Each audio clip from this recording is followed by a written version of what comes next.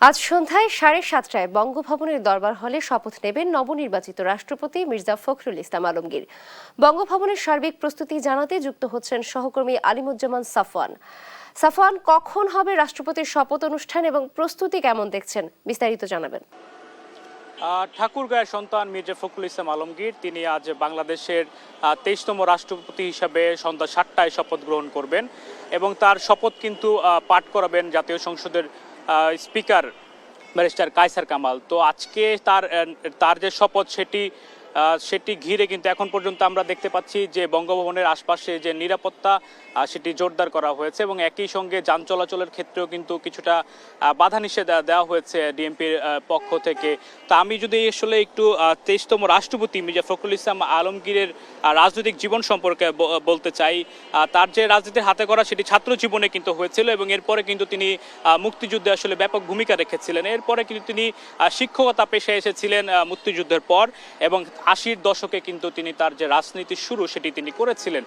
প্রথমে তিনি ঠাকুরগাঁ জেলার পৌরসভার চেয়ারম্যান হিসাবে তার রাজনীতি আসলে শুরু হয়েছিল এবং তারপরে কিন্তু 80-র দশকের শেষে তিনি বাংলাদেশ জাতীয়তাবাদী দল বিএনপিতে যোগদান করেছিলেন। এরপরে স্বৈরাচার এরশাদ বিরোধী আন্দোলনে তার কিন্তু ব্যাপক তার কিন্তু ভূমিকা ছিল এবং তারপরে কিন্তু তাকে আসলে 1992 সালে পঞ্চগড় জেলা বিএনপির সভাপতি হিসাবে দায়িত্ব দেওয়া হয়। এরপরে কিন্তু তিনি জাতীয় সংসদ নির্বাচন করেছেন 2001 সালে। সেখানে তিনি পঞ্চগড় 1 আসন থেকে কিন্তু বিপুল ভোটে নির্বাচিত হয়ে জাতীয় সংসদে এসেছিলেন এবং একই সময় তিনি যখন সংসদ সদস্য হন তাকে কিন্তু সরকারের দুটি গুরুত্বপূর্ণ মন্ত্রণালয়ে আমরা দায়িত্ব পালন করতে দেখেছি। তিনি প্রথমে কৃষি মন্ত্রণালয়ের প্রতিমন্ত্রী ছিলেন এবং তারপরে তিনি বেসামরিক বিমান পরিবহন ও পর্যটন মন্ত্রণালয়ের প্রতিমন্ত্রী হিসেবে কিন্তু 2005 থেকে 6 সাল পর্যন্ত দায়িত্ব পালন করেছেন এবং একই সঙ্গে যে বিএনপির রাজনীতি তার যে সক্রিয় ভূমিকা ছিল এরপর কিন্তু তিনি কিন্তু বিএনপির সিনিয়র যুগ্ম মহাসচিব হয়েছিলেন এবং বিএনপির যে ক্রান্তি লগ্ন অর্থাৎ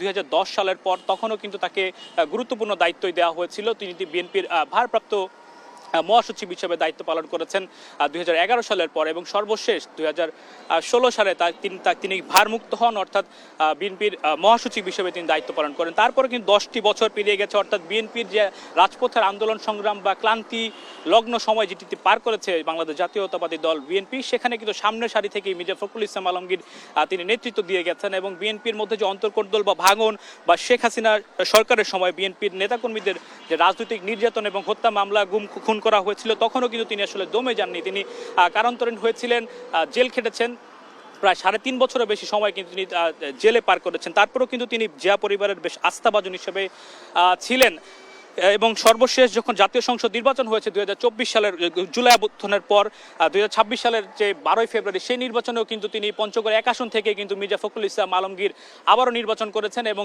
সরকারের গুরুত্বপূর্ণ মন্ত্রণালয়ের মন্ত্রী, স্থানীয় সরকারের মন্ত্রণালয়ের দায়িত্ব কিন্তু তাকে আসলে দেওয়া হয়েছিল। এরপরে কিন্তু আমরা গতকাল দেখতে পেয়েছি যে আনুষ্ঠানিকভাবে যে রাষ্ট্রপতি নির্বাচন সেখানে কিন্তু বাংলাদেশ জাতীয়তাবাদী দল বিএনপির পক্ষ থেকে তিনি রাষ্ট্রপতি হিসাবে নির্বাচন করেছেন এবং 349টি জন ভোট দিয়েছেন সেই নির্বাচনে। তার মধ্যে 255টি ভোট পেয়ে কিন্তু মির্জা ফখরুল ইসলাম আলমগীর অর্থাৎ পঞ্চগড়ের সন্তান তিনি কিন্তু বাংলাদেশের 23তম রাষ্ট্রপতি হিসেবে নির্বাচিত হয়েছেন এবং গতকালকেই কিন্তু আসলে সেই প্রজ্ঞাপন সেটি জারি করেছে নির্বাচন কমিশন সচিবালয় এবং আজকে সন্ধ্যা 7টায় মির্জা ফখরুল ইসলাম আলমগীর তিনি বাংলাদেশের 23তম রাষ্ট্রপতি হিসেবে তিনি শপথ গ্রহণ করবেন এবং সেই যে আনুষ্ঠানিকতা বঙ্গভবনে সেটি সকাল থেকেই চলছে। অর্থাৎ যেসব কর্মকর্তারা রয়েছেন ভেতরে যারা কাজ করবেন অর্থাৎ প্রস্তুতি নেবেন তারা কিন্তু ভেতরে প্রবেশ করেছেন এবং এই রাষ্ট্রপতি নির্বাচনের যে আনুষ্ঠানিকতা সেটি কিন্তু মন্ত্রিপরিষদ সচিবালয় থেকে করার কথা রয়েছে এবং সন্ধ্যা 7টায় সেটি শুরু হবে এবং আর জাতীয় বঙ্গভবনের যে দরবার হল রয়েছে সেখানে কিন্তু তার যে শপথ সেটি পড়াবেন জাতীয় সংসদের স্পিকার কায়সার কামাল এবং এখানে বাংলাদেশের প্রধানমন্ত্রী থেকে শুরু করে সরকারের যে গুরুত্বপূর্ণ ব্যক্তিবর্গ রয়েছে এবং একই সঙ্গে যারা কূটনৈতিক রয়েছে তারা সকলেই কিন্তু অংশগ্রহণ করবেন। তো সেই যে প্রস্তুতি সেটি কিন্তু এখন চলছে। তো আমার কাছে বঙ্গভবন থেকে এখন পর্যন্ত এই ছিল রাষ্ট্রপতির শপথ গ্রহণ অনুষ্ঠানের সর্বশেষ।